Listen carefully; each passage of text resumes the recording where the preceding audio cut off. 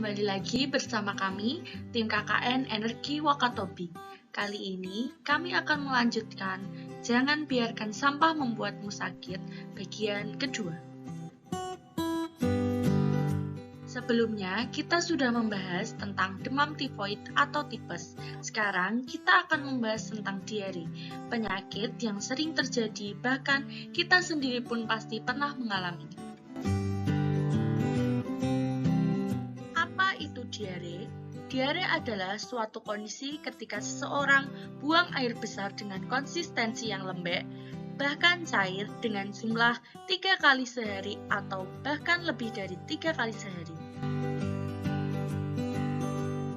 Diare merupakan salah satu penyakit yang sangat erat hubungannya dengan sampah dan lingkungan. Penyakit diare sendiri sangat sering terjadi di Indonesia, termasuk di Sulawesi Tenggara. Berdasarkan data dari Badan Pusat Statistik tahun 2018, kasus diare di Sulawesi Tenggara mencapai 34.195 kasus dengan 799 kasus terjadi di Kepulauan Wakatobi.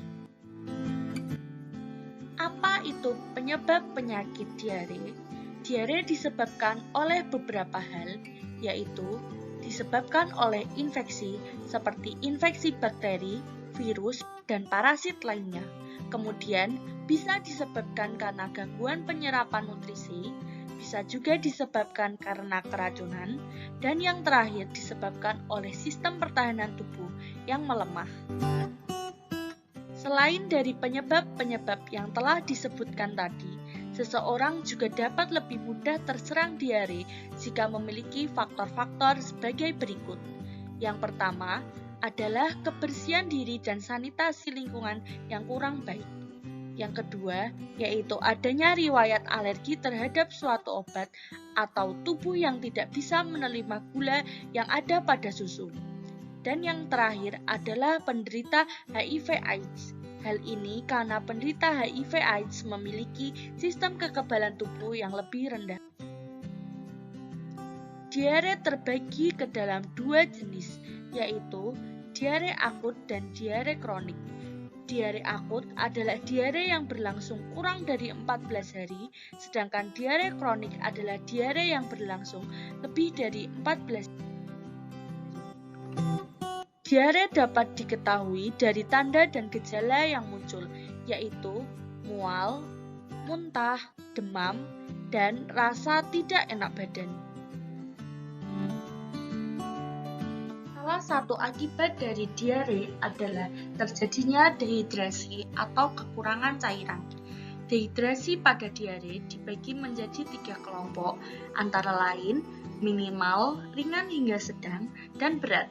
3 kelompok ini dibedakan oleh 3 tanda utama, yaitu kesadaran, rasa haus, dan urin yang dihasilkan. Yang pertama, tanda kesadaran pada kelompok dehidrasi minimal adalah penderita masih sadar dan bisa beraktivitas dengan normal. Pada dehidrasi ringan sampai sedang, penderita akan mengalami letih dan lesu, dan pada dehidrasi berat, penderita akan kehilangan kesadaran karena cairan tubuh yang menurun secara drastis. Yang kedua, rasa haus pada kelompok dehidrasi minimal masih bisa ditoleransi dan penderita masih bisa minum dengan normal. Pada dehidrasi ringan sampai sedang, penderita akan mengalami rasa haus yang sangat besar dan pada dehidrasi berat, penderita bahkan tidak dapat minum. Sedangkan dari urin yang dihasilkan, penderita dehidrasi minimal akan mengeluarkan urin dengan jumlah yang normal tetapi sedikit menurun. Pada dehidrasi ringan sampai dengan sedang, penderita akan mengeluarkan urin dengan jumlah yang menurun. Dan pada dehidrasi berat, penderita akan mengeluarkan urin dengan jumlah yang sangat sedikit. Bagaimana pengobatan pada penyakit diare? Ada 3 pengobatan yang bisa dilakukan pada penyakit diare. Pengobatan yang paling utama adalah menjaga pola makan dan cairan tubuh yang baik dan benar dengan cara mengkonsumsi oralit. Oralit adalah obat yang digunakan untuk menggantikan cairan tubuh yang hilang akibat diare. Kemudian dengan menghindari susu sapi karena seperti pada demam tifoid atau tipes, penderita diare biasanya tidak bisa menyerap gula yang berasal dari susu sapi. Selain kedua hal tersebut, penderita diare juga harus mengkonsumsi makanan yang tidak mengandung gas. Pengobatan yang kedua adalah menggunakan obat anti diare. Obat anti diare itu ada banyak. Kita bisa menggunakan Lorepamid dengan dosis 4 mg, kemudian dilanjutkan 1 mg. Lorepamid bekerja dengan cara menghambat gerakan usus sehingga frekuensi BAB menjadi berkurang. Namun, Lorepamid merupakan obat resep sehingga kita tidak bisa seenaknya untuk membeli resep tersebut dan harus berkonsultasi dengan dokter. Kita juga bisa menggunakan Bismuth subsalisilat dengan dosis 2 tablet jika obat berbentuk tablet atau 30 ml jika obat berbentuk sirup. Obat ini digunakan setiap 30 hingga 60 menit sekali dalam satu hari. Obat ini bekerja dengan menormalkan kembali pengeluaran cairan dari dalam tubuh. Dan yang terakhir, kita bisa menggunakan Antapulgite dengan dosis 4 kali sehari dengan masing-masing pemakaian adalah 2 tablet. Obat ini bekerja dengan cara mengembalikan konsistensi BAB sehingga tidak berbentuk cair lagi. Bismuth dan Antapulgite merupakan obat bebas sehingga kita bisa membelinya tanpa menggunakan resep dokter. Dan untuk pengobatan yang terakhir adalah menggunakan antibiotik. Antibiotik dapat digunakan apabila kita sudah mengetahui penyebab diare karena bakteri merupakan penyebab diare yang banyak sekali jenisnya sehingga membutuhkan antibiotik yang sesuai. Oleh karena itu, jika penderita merasa bahwa diarenya ada dalam keadaan yang cukup parah, segera hubungi dokter untuk mendapatkan antibiotik yang sesuai. Diare selain dapat menyerang pada orang dewasa, juga dapat menyerang anak-anak. Anak-anak sangat rentan sekali terkena diare dan merupakan prioritas dalam pengobatan diare. Pengobatan diare pada anak dikenal dengan nama 5 langkah tuntaskan diare. Langkah pertama yaitu dengan memberikan Oralit pada anak.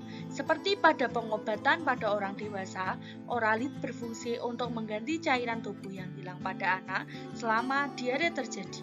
Dosis Oralit yang dapat diberikan dibagi berdasarkan umur. Untuk anak kurang dari 1 tahun dapat diberikan 50 hingga 100 cc Oralit, sedangkan untuk anak yang lebih dari 1 tahun dapat diberikan 100 hingga 200 cc Oralit. Langkah kedua yaitu dengan memberikan tablet zinc kepada anak selama 10 hari.